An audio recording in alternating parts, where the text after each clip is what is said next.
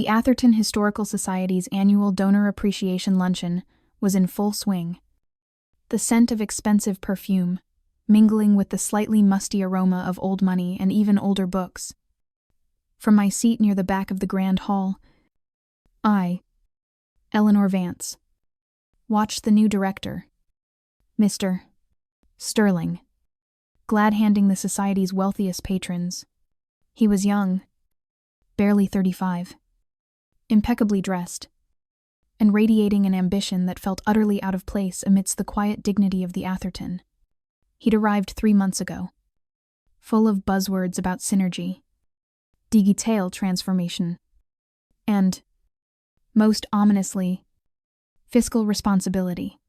Today, during his keynote address, he publicly credited Liam, the bright-eyed intern I'd spent the last 6 months training, for the successful launch of our new digital archive, the archive I had conceptualized, designed, and meticulously built over the past 5 years.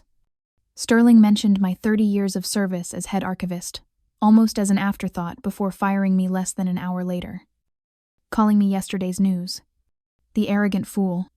He had no concept of the intricate, custom system he was inheriting. Nor did he realize that in his haste to cut costs, he'd overlooked one crucial detail. I still held the master keys. The luncheon itself was the usual affair, elegantly set tables, polite conversation, and lukewarm salmon. I smiled serenely, nodding to donors I'd known for decades, people whose families had entrusted their irreplaceable histories to my care. Mrs. Abigail Davenport, the Society's most influential benefactor and the chair of the board, caught my eye and gave me a warm, knowing wink. She appreciated the old ways, the meticulous care I took with the fragile manuscripts and daguerreotypes. She understood that history wasn't just data to be digitized, it was a legacy to be preserved. Then Sterling took the podium. He spoke glowingly of the Society's future, of embracing technology, of reaching new audiences through social media. He introduced Liam, the intern, who stood up awkwardly, blushing. Liam represents the future of the Atherton, Sterling declared, clapping the young man on the shoulder. His intuitive grasp of digital platforms has been instrumental in bringing our invaluable collection into the 21st century. Thanks to his efforts, the Vance Digital Archive is now fully operational. He paused, scanning the room. And of course, he added, his gaze flicking briefly towards me, we must thank Eleanor Vance for her many years of service and her assistance in this crucial transition. Assistance. As if I were some doddering old woman who'd merely helped Liam plug in a scanner. I felt a cold knot tighten in my stomach, but my expression remained placid. I applauded politely along with everyone else. Mrs. Davenport, I noted, clapped only briefly. Her brow furrowed slightly. I knew Sterling's performance hadn't entirely landed with her. An hour later, I was summoned to his newly renovated office, all chrome and minimalist furniture that clashed horribly with the Society's historic architecture. He didn't waste time. Eleanor, he said, leaning back in his ostentatious leather chair, the picture of managerial authority. As I mentioned, we're moving into a new digital era. We need to streamline operations, optimize workflows.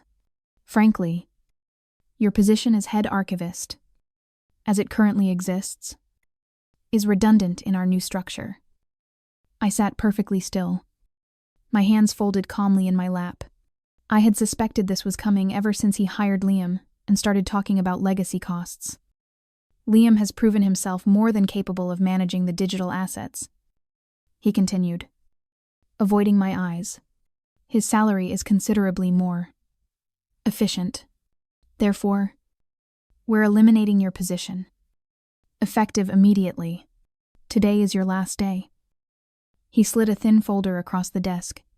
Human Resources has prepared your final paycheck and severance. We're offering 2 weeks' pay. As per standard policy, 2 weeks. After 30 years. The insult was breathtaking in its audacity. Thank you for your many years of service," he added, the words utterly meaningless. "But you must understand. We need to look forward, not back. You're yesterday's news." Eleanor. Yesterday's news. The phrase hung in the air, dripping with condescension. I felt a surge of cold, sharp anger. But I didn't let it show. I was Eleanor Vance.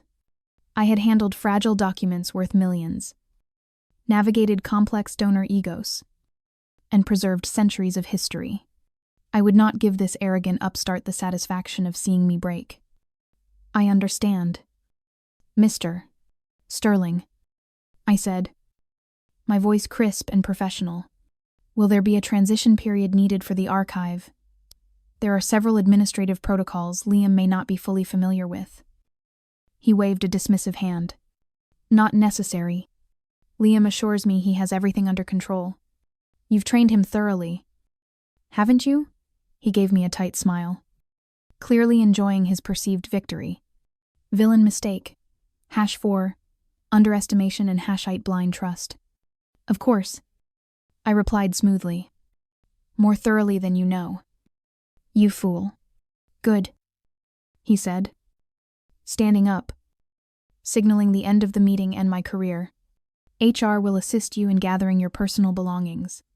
We've arranged for security to escort you from the premises by 5 o'clock. Standard procedure. Security. As if I, after 3 decades of impeccable service, might suddenly turn rogue and steal antique paperweights. Villain mistake. #6, reckless cruelty. That won't be necessary," I said, rising gracefully. "I will have my keys and ID badge on your desk by 5. I turned and walked out, my back straight, my head held high. I didn't look back as I walked through the familiar hushed corridors of the Atherton Society for the last time. The anger simmered beneath my calm exterior. Redundant. Yesterday's news. He hadn't just fired me, he had dismissed my entire life's work. He saw the archive, my archive, as nothing more than a collection of files, easily managed by a tech-savvy intern. He had absolutely no comprehension of the intricate, bespoke system I had built. It wasn't just a storage system, it was a complex relational database, a custom-designed taxonomy reflecting decades of scholarly curation. The user interface Liam saw was merely the surface. Beneath it lay a sophisticated architecture with multiple security layers, fail-safes, and administrative controls I had personally coded and implemented. Sterling, in his tech-obsessed arrogance, had never bothered to ask for a deep dive. Content with Liam's flashy presentations of the front-end features, he didn't know about the dedicated administrative console, accessible only through a secure, encrypted channel using credentials, known only to me. He certainly didn't know I had built-in master overrides, designed initially for emergency data recovery, but equally effective for other contingencies. MC Strategy Get to Weapon Builder, Heat Legacy Holder. My mind flashed back to 2 months ago. Sterling, eager to make his mark, had rushed through the implementation of a new, boilerplate digital assets policy he'd downloaded from some corporate template website. It was full of jargon about cloud security and data ownership, but was dangerously vague about the specifics of custom-built systems, intellectual property rights for unique architecture, and, crucially, the formal handover protocols for top-level administrative credentials upon cessation of employment. I had read it carefully at the time, noting the glaring omissions. I had even considered pointing them out. But something in Sterling's dismissive attitude stopped me. Let him think he knows everything. I had thought, let him be hoisted by his own petard. Villain mistake, Hasson sloppiness. The loophole was clear. The policy secured the data for the society, but it said nothing about the keys to the custom-built kingdom I had created. Poetic justice set up. 2 hours later, I was home. My small, book-filled apartment felt like a sanctuary after the cold, sterile atmosphere. Sterling was imposing on the Atherton. I made myself a cup of strong Earl Grey tea, sat down at my antique writing desk, and opened my personal laptop. I navigated through several layers of security protocols, my fingers flying across the keyboard with practiced ease. A moment later, the hidden administrative console of the Vance Digital Archive appeared on my screen. A calm, cold certainty settled over me. Sterling thought he had eliminated yesterday's news. He was about to discover that yesterday's news held the keys to his digital future. With a few precise keystrokes, I accessed the root command line. Click. I executed the script I had prepared months ago. A contingency plan filed away under System Integrity Protocols. It wasn't destructive, it was surgical. First, I changed the root administrative passwords for the entire Vance Digital Archive. Long, complex strings known only to me. Second, I accessed the user privilege matrix I had designed. With a few clicks, I revoked Sterling's and Liam's system administrator roles, downgrading them to the most basic, guest divided by read-only access. They could still view the archive's public interface, search the catalog, but they couldn't export high-resolution files, couldn't add or modify records, couldn't access donor records, couldn't manage user accounts, and certainly couldn't touch the system's back-end configuration. Finally, I initiated an encrypted, timestamped log file, stored on a separate, secure server, documenting every command I executed. Insurance. MC Strategy. Get through weapon builder. #4. Loophole expert using villain mistake Hasson. I closed the connection, shut down my laptop, and went to make another cup of tea. The entire operation had taken less than 10 minutes. I felt a cold, satisfying calm. Let the games begin. Monday morning arrived bright and clear. I spent it pruning my rose bushes, deliberately ignoring the buzzing of my phone. Around 10:30 a.m., the landline rang, a number I recognized as belonging to the Atherton Society's main administration office. I let it go to voicemail. A minute later, my cell phone buzzed with a text from Liam Ms. Vance. Urgent issue with archive export function. Need your assistance, as soon as possible. I ignored it. Another text. 5 minutes later, Mr.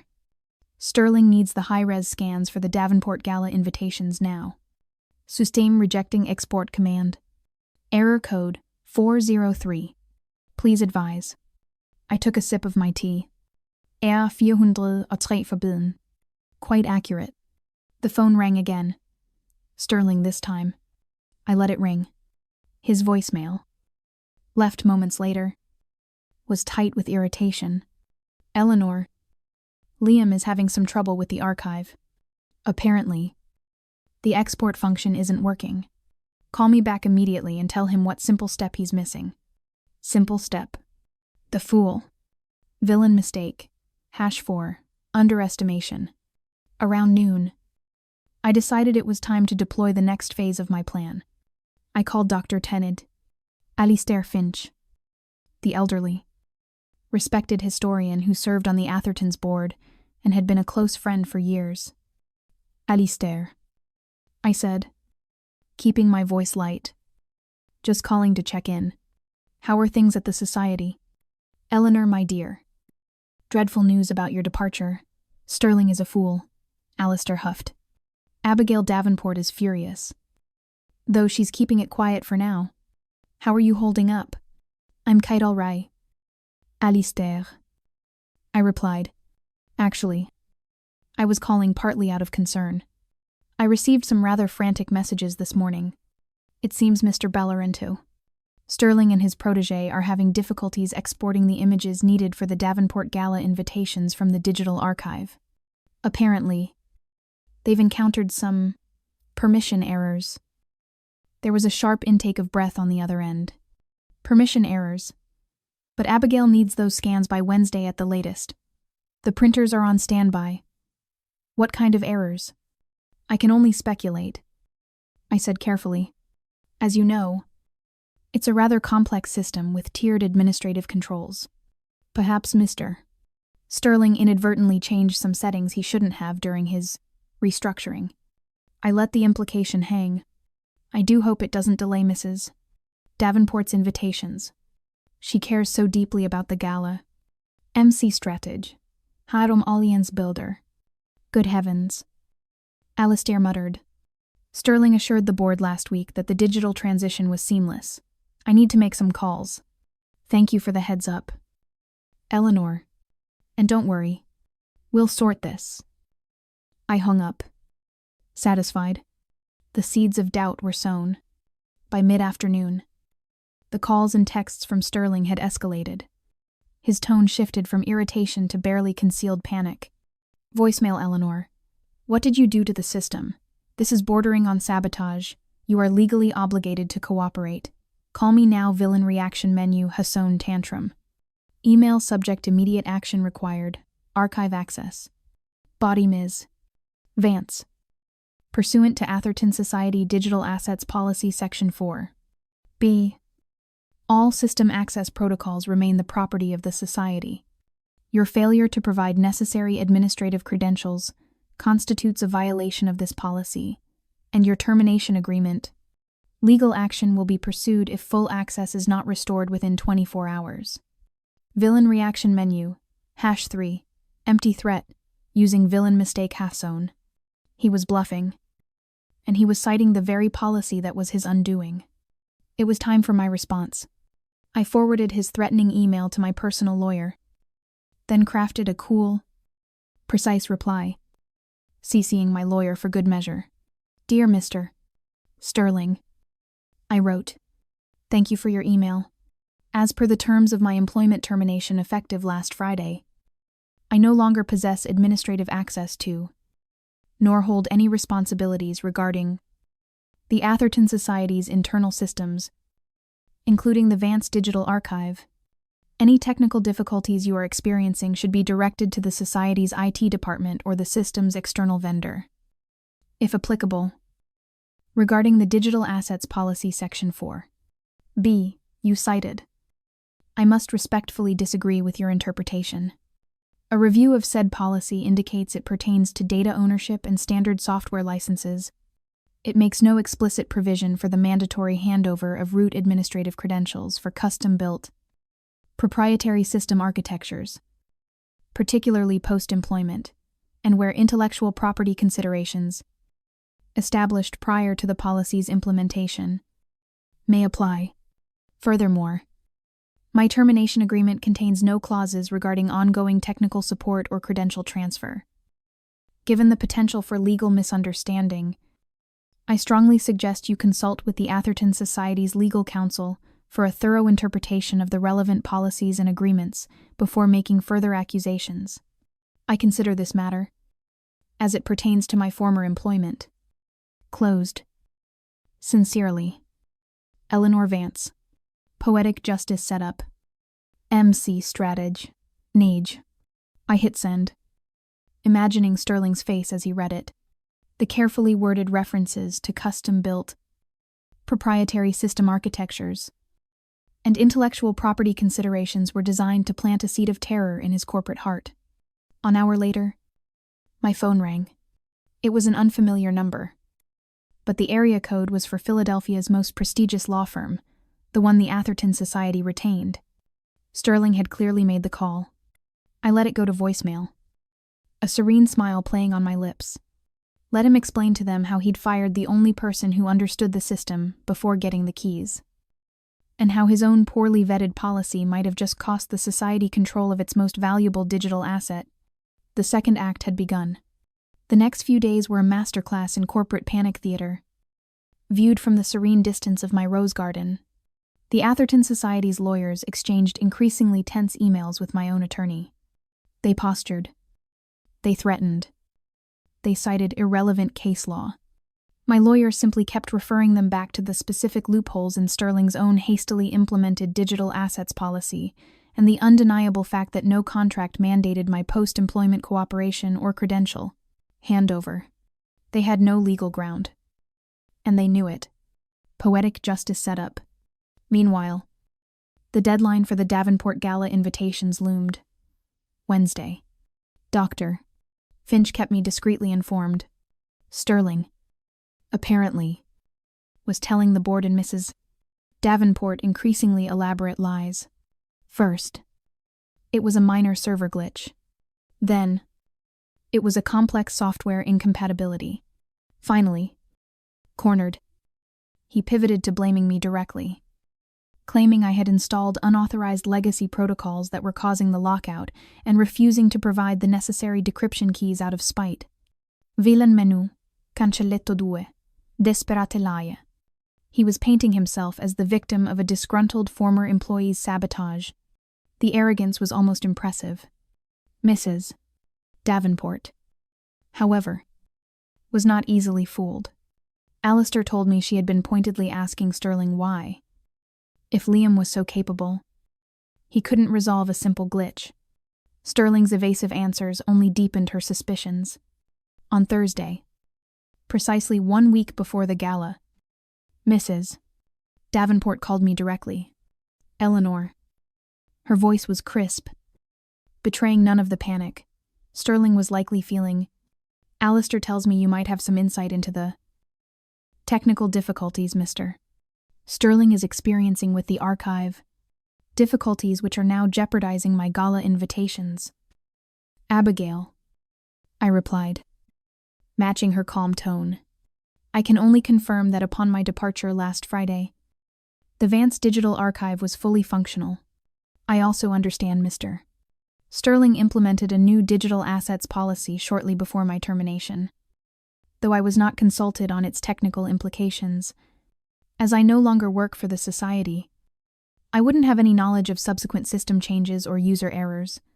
I chose my words with surgical precision, implying incompetence, without making a direct accusation. I see, Mrs. Davenport said after a pause. Eleanor, I value honesty above all else.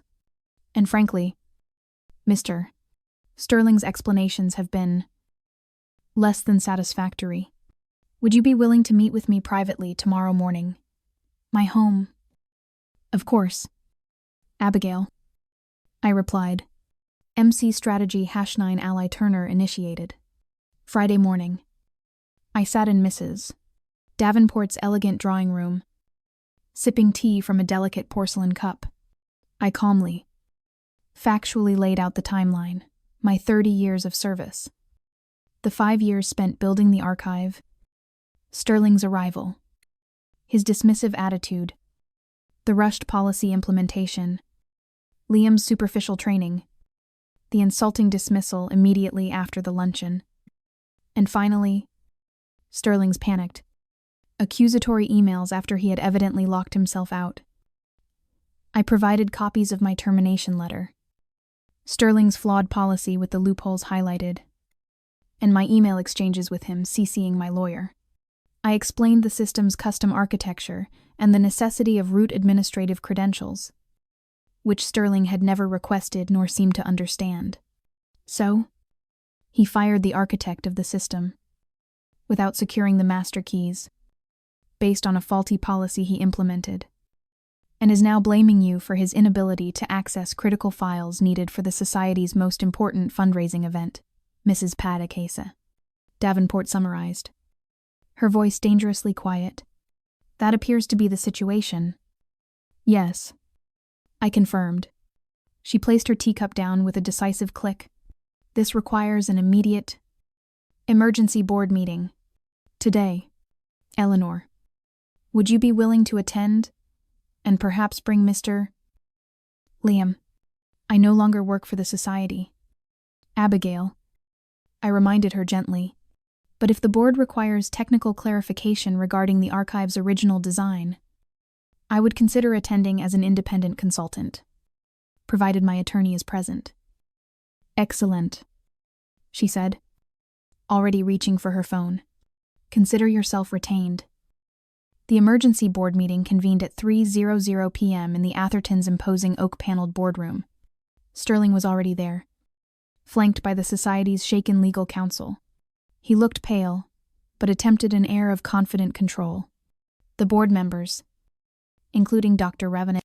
Finch looked grim. Mrs. Davenport presided, her expression unreadable. I sat quietly at the end of the table with my lawyer, Mr. Sterling. Mrs. Davenport began without preamble. We are here because the invitations for the Davenport Gala, crucial to this institution's financial health, are stalled due to an inaccessible digital archive. You have attributed this to technical sabotage by a former employee, Ms. Vance. Is that correct? Sterling nodded, puffing himself up. Regrettably. Yes. Upon her termination, Ms. Vance appears to have maliciously locked down the system. We are pursuing all legal remedies. But... Interesting. Mrs. Davenport interrupted, her voice cutting.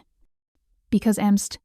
Vance, whom the board has retained as an independent consultant to clarify this matter, tells a rather different story. One involving administrative incompetence, a flawed policy you implemented, and a failure to secure necessary credentials before terminating the system's architect. Sterling's jaw dropped. He stared at me, his face turning a mottled red. She's lying, she's bitter. This is retaliation. Is it Mrs. Davenport asked coolly. She gestured to the door. Mr. Blake, please come in. Liam entered, looking terrified. He clutched a tablet to his chest. Sterling shot him a venomous glare. Liam, tell the board how Ms. Vance sabotaged the system, Sterling demanded. Villain reaction menu, #4 scapegoat hunt. Liam visibly trembled. He looked at Sterling. Then, at Mrs. Davenport's stern face. Then at me. I gave him a small, almost imperceptible nod. Tell the truth. Mr. Sterling. Liam began, his voice barely audible. Ms. Vance. She didn't sabotage anything. What Sterling exploded. She tried to train me on the full system. Liam continued, gaining a bit of courage. She scheduled several sessions, but Mr. Sterling canceled them. He said it wasn't necessary, that I could figure it out. He told me, Monsieur, Vance's methods were outdated, and just to focus on the user interface. The betrayal, Drama Engine Core #3. You incompetent, Brat Sterling roared, half rising from his chair. You told me you had it handled. I told you I understood the front end, Liam shot back, suddenly finding his voice. I warned you the back-end architecture was complex. When we got locked out Monday, I told you it was likely a root credential issue from the termination. But you insisted, Ms. Vance must have planted a virus. You ordered me to run diagnostics that couldn't possibly work without admin access. The board members stared, aghast. Sterling stood there, sputtering, exposed as both a liar and a fool by his own protégé. His carefully constructed narrative had disintegrated in seconds. Mrs. Davenport looked at the board president. Mr. Davies, she said, her voice like ice. It appears Mr. Sterling has grossly misled this board, jeopardized our most critical fundraising event through sheer incompetence, and unjustly maligned a dedicated employee of 30 years. I move for his immediate suspension, pending a full investigation. Dr. Finch immediately seconded the motion. Sterling stood frozen, his face a mask of disbelief and fury. Furthermore, Mrs. Davenport continued, turning her gaze back to Sterling. Someone needs to restore access to the archive immediately so the gala can proceed, and there is only one person who can do that. Mr. Davies. I suggest you authorize me to contact Eleanor Vance and meet whatever terms she requires. The motion passed unanimously. Sterling collapsed back into his chair, utterly defeated. The public reversal was complete. The fallout from the emergency board meeting was swift and brutal. Sterling was immediately placed on administrative leave, escorted out of the building by the same security he had planned to use on me. The society's lawyers, now thoroughly chastened. Contacted my attorney within the hour. Mrs. Davenport called me personally shortly after. Eleanor. Her voice was warm but businesslike. The board has suspended Mr. Blank. Sterling pending termination proceedings. They have also authorized me to meet your terms to restore functionality to the archive for the gala preparations. Name your price.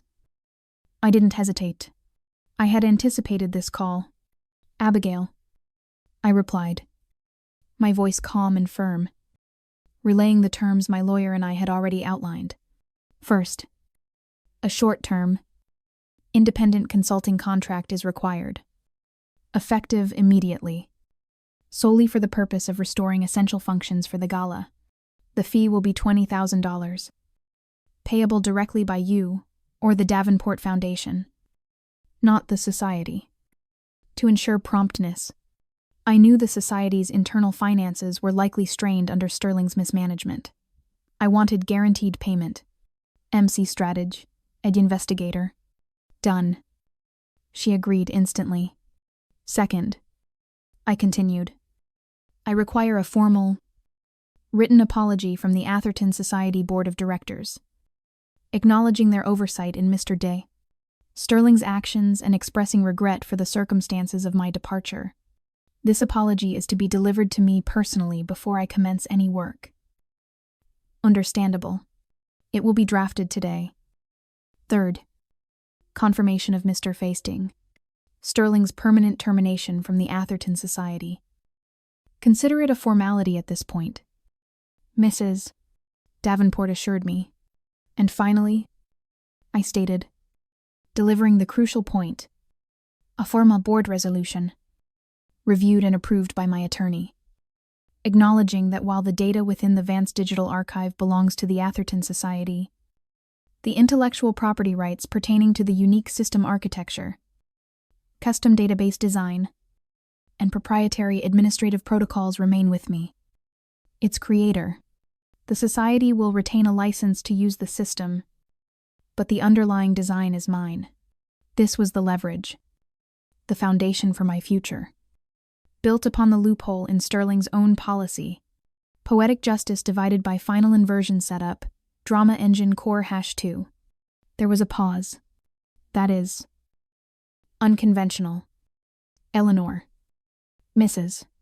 Davenport said carefully, the system is unconventional. Abigail. I replied smoothly.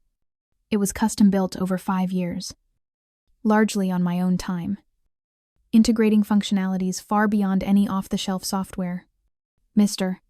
Sterling's own digital assets policy failed to address intellectual property for such custom creations. This resolution simply clarifies the existing legal reality. Very well, she conceded. Send the specific wording to our counsel. We need access restored by Monday. The signed apology arrived via courier Saturday morning. The board resolution, approved by my lawyer, followed that afternoon. Sterling's official termination notice was confirmed via email. Monday morning, I spent precisely 90 minutes logged into the archive remotely. I restored the necessary export functions for the gala materials and basic record-adding privileges for the curatorial staff.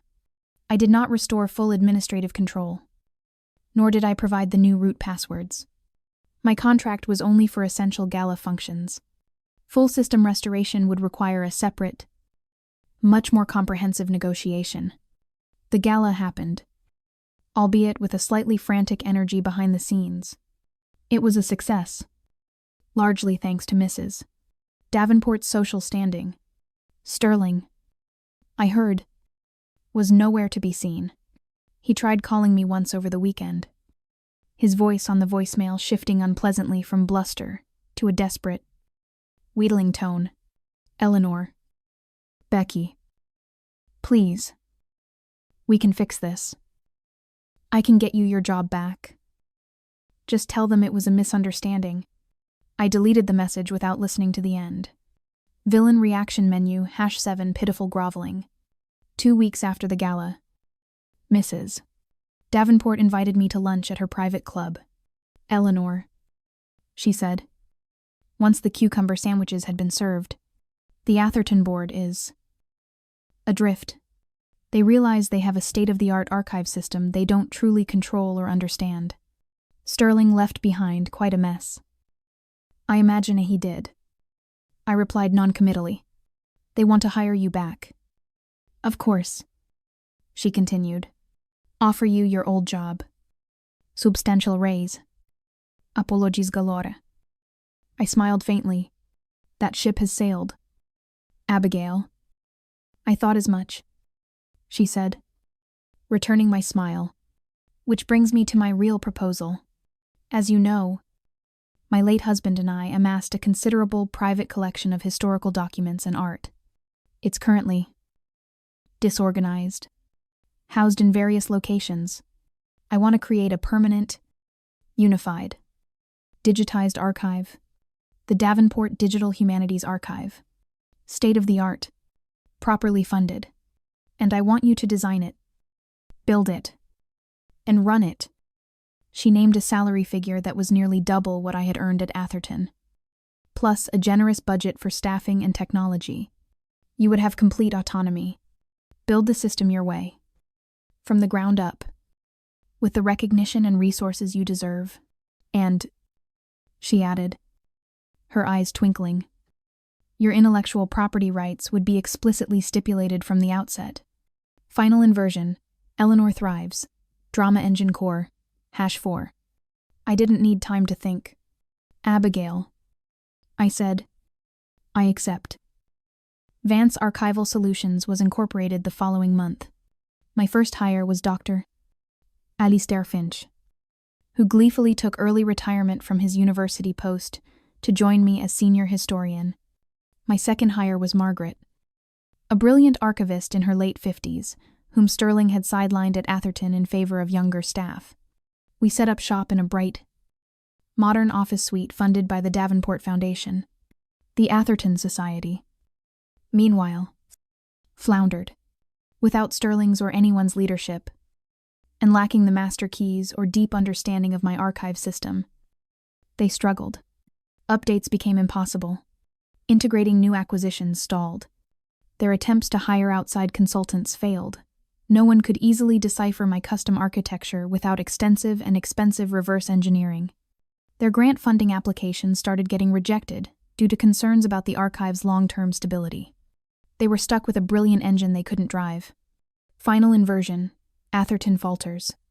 As for Sterling, his fall was swift and total. Fired in disgrace.